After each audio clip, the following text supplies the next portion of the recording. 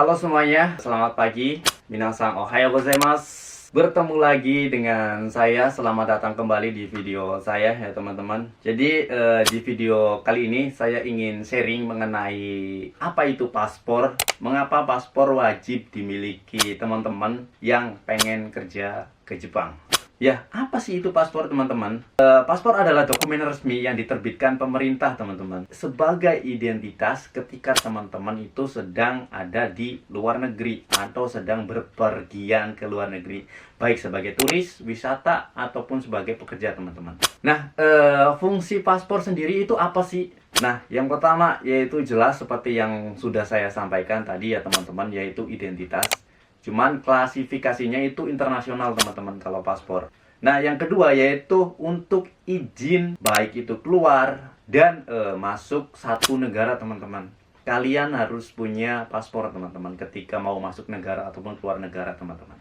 Nah, kemudian yang ketiga yaitu salah satu dokumen penting atau dokumen yang sangat dibutuhkan ketika teman-teman pengajuan visa teman-teman. Bukan hanya COE, tapi paspor juga sangat diperlukan teman-teman saat teman-teman pengajuan visa.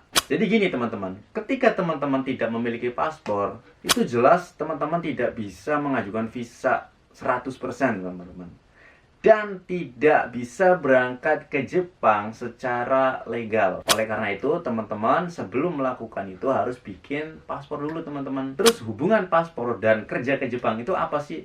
Nah, jadi gini teman-teman. Yang pertama, ketika teman-teman pengen kerja ke Jepang, itu pasti butuh paspor teman-teman. Kenapa? Karena ketika teman-teman pengajuan COE, pengajuan visa, ataupun beli tiket pesawat, itu semuanya perlu paspor teman-teman. Beli tiket pesawat, teman-teman butuh yang namanya nomor paspor. Pengajuan visa, teman-teman butuh yang namanya paspor. Pengajuan COE, teman-teman butuh yang namanya paspor. Itu teman-teman, makanya hubungannya sangat erat teman-teman. Lah, terus untuk dokumen membuat paspor itu apa saja sih? Nah, dokumen ketika teman-teman ingin membuat paspor itu sangat simpel teman-teman. Yang pertama jelas identitas teman-teman, yaitu KTP.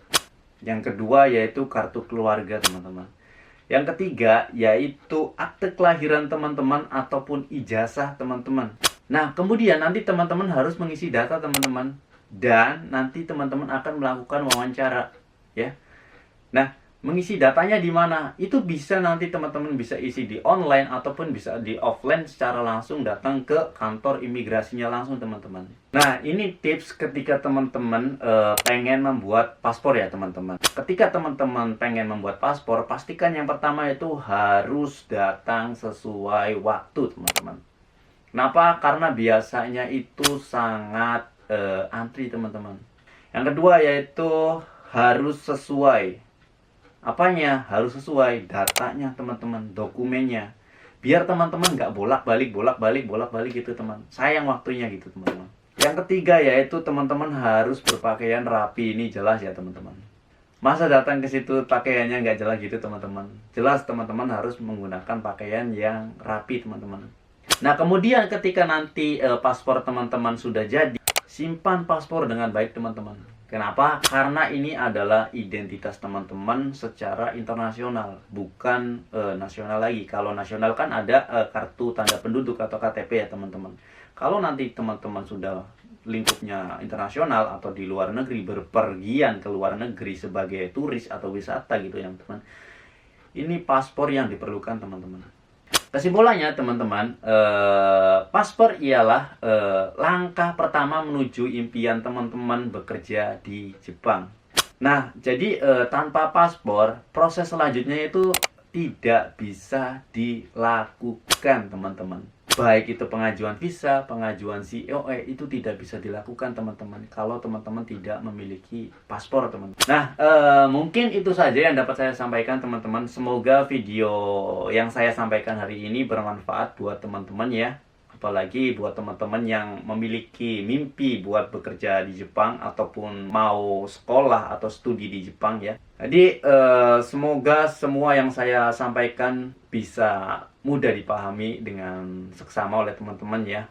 Maaf kalau ada salah kata ya teman-teman.